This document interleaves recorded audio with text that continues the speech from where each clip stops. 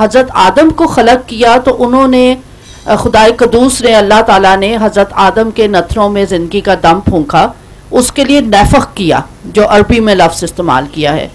اور سورہ رعد میں اور سورہ حج میں آیات ہیں کہ دنیا کی کل مخلوقات اکٹھی ہو جائیں، وہ کسی چیز کو خلق نہیں کر سکتی، لیکن حضرت عیسیٰ نے، حضرت یسوع مسیح نے خلق کیا مٹی سے پرندوں کو اور ان میں نفخ کیا. جو نتھروں میں دم اللہ تعالیٰ پھونک رہا ہے وہی نتھروں میں دم اس مٹی کے پرندوں میں جیزس کرائسٹ پھونک رہے ہیں. یہی اس کو خدا ثابت کرنے کی سب سے اہم دلیل ہے. شکریہ. اس پہ روشنی ڈال دیں. ہوئی تھی بات لیکن اس پہ مزید بات نہیں کی گئی. چلے ڈبیٹ کا کہا ہے تو ویلکم جی. میں تو پنجاب سے کراچی آیا ہوں، یہ میرا مقصد ہے اور کوئی مقصد نہیں، ڈبیٹ کے لیے آیا ہوں. اگر وہ ترجمہ کرنا چاہ رہے ہیں تو ویلکم، کوئی ایسی بات نہیں.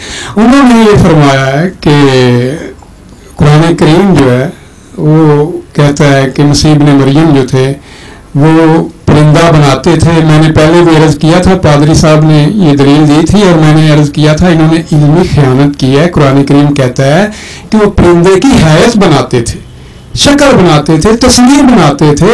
اور بِإِذْنِ اللَّهِ، آپ بِإِذْنِ اللہ کو جو ہے نا وہ آپ چھوڑ رہے ہیں، یہ زیادتی ہے. پورا پڑھیں آپ خدا کے حکم سے، یعنی وہ خدا، یہ معجزہ ہے. نبیوں نے بڑے بڑے معجزے دکھائے ہیں. اور حضرت ہارون علیہ السلام جو ہیں انہوں نے جنوں کو پیدا کیا، یہ بائبل میں ہے. جادوگروں نے پیدا کیا، جادوگر جنیں پیدا کر رہے ہیں، خلق کر رہے ہیں. اور جو ہے حضرت ہارون علیہ السلام ہیں انہوں نے جنوں کو پیدا کیا. کیا یہ خلق نہیں ہے؟ مٹی سے یہ پرندہ بننا جو ہے وہ خلق ہو گیا. اور حکم دے بندہ اور پورے ملک میں جو ہے وہ جمعے ہو جائیں، پورے ملک میں مینڈک ہی مینڈک ہو گیا. انہوں نے مینڈک پیدا نہیں کیے. کیا یہ پیدائش یہ بائبل میں نہیں لکھا ہوا کہ حضرت ہارون علیہ السلام؟ اور لاٹھی جو ہے وہ سانپ نہیں بنی، کیا یہ بائبل میں نہیں لکھا ہوا؟ کیا یہ معجزہ نہیں، یہ خلق نہیں ہے؟ اصل یہ ہے کہ اللہ تعالیٰ اپنے نبیوں کو معجزات سے نوازتا ہے. بعض معجزوں سے نبیوں کو نوازا گیا. تو یہ معجزہ جو ہے یہ تو الوہیت مسیح کی نفی کی دلیل ہے. آپ اسے معجزہ بھی کہہ رہی ہیں اور اسے دلیل بھی بنا رہی ہیں. لہذا معجزہ نبیوں کے معجزے تھے. پہلے نبیوں بھی مردے زندہ کیے. بائبل میں ایسے کئی حوالے موجود ہیں. میں نے بتایا کہ موسیٰ علیہ السلام کی لاٹھی جو ہے وہ سانپ بن گئی. ہارون نے مینڈک پیدا کیے، جوئیں پیدا کی. لہٰذا یہ خدا تعالیٰ کے حکم سے ہے. اور قرآن کریم میں جو ہے بِإِذْنِ اللہ لکھا ہوا ہے. اور مسیح ابن مریم نے انجیل میں یہ فرمایا، میں پہلے بھی حوالہ دے چکا ہوں کہ میں بذات خود کچھ نہیں کر سکتا، میں اپنے آپ کچھ نہیں کر سکتا. لہٰذا جب وہ خدا کی قدرت سے جو سب کر رہے ہیں تو یہ کوئی دلیل نہیں بنتی. میرا سوال نفخ پر ہے. میرا سوال نہ معجزے کا لفظ میں نے استعمال کیا، اور اللہ تعالیٰ کی ذات کے ساتھ یہ لازم ہے کہ اللہ تعالیٰ کن فیکن وہ فرماتے ہیں اور وہ ہو جاتا ہے. جو نفخ پہ آپ بات نہیں کر رہے، جس چیز پہ میں زور دے رہی ہوں، آپ معجزے پہ یا ارد گرد دوسری باتیں کریں.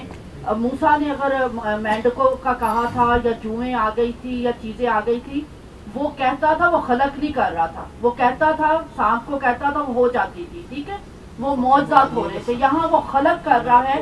اللہ تعالیٰ کی قدرت اور حضرت یسوع مسیح کی قدرت سیم ہے کہ وہ بھی نتھروں میں دم پھونکتے ہیں نفخ کر کے، اور حضرت عیسیٰ بھی دم پھونکتے ہیں مٹی کے پرندے میں نفخ کر کے. کن فیکن اللہ تعالیٰ کہتا ہے اور وہ ہو جاتا ہے.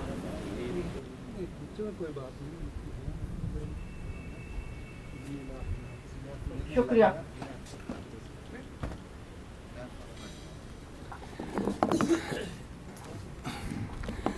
اللہ تعالیٰ نے انسانوں کو بعض ایسی صفات عطا کی ہیں جو خدا میں بھی وہ صفات ہیں اور بظاہر انسانوں میں بھی وہ صفات ہیں.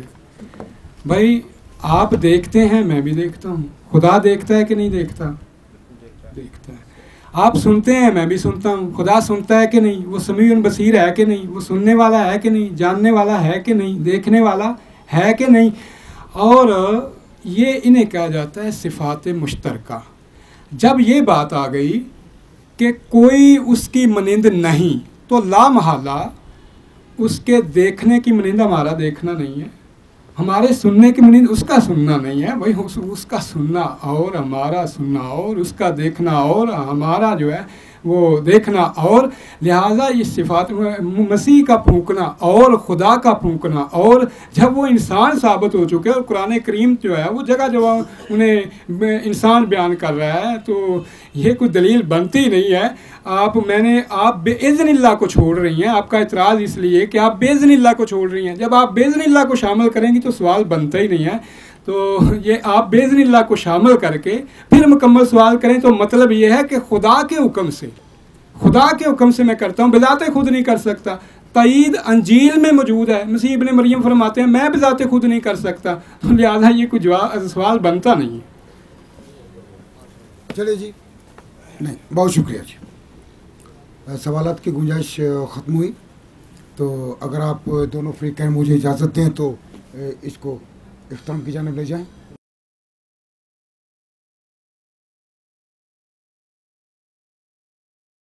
حقائق کو میں نے آپ کے سامنے رکھا۔ مسیح یسوع نے ایک بات کہی تھی کہ جب تم میرے شاگرد بنو گے تو سچائی سے واقف ہو جاؤ گے اور یہی سچائی تم کو آزاد کر دے گی۔ میں نے آپ کے سامنے مسیح یسوع کی سچائی رکھی ہے۔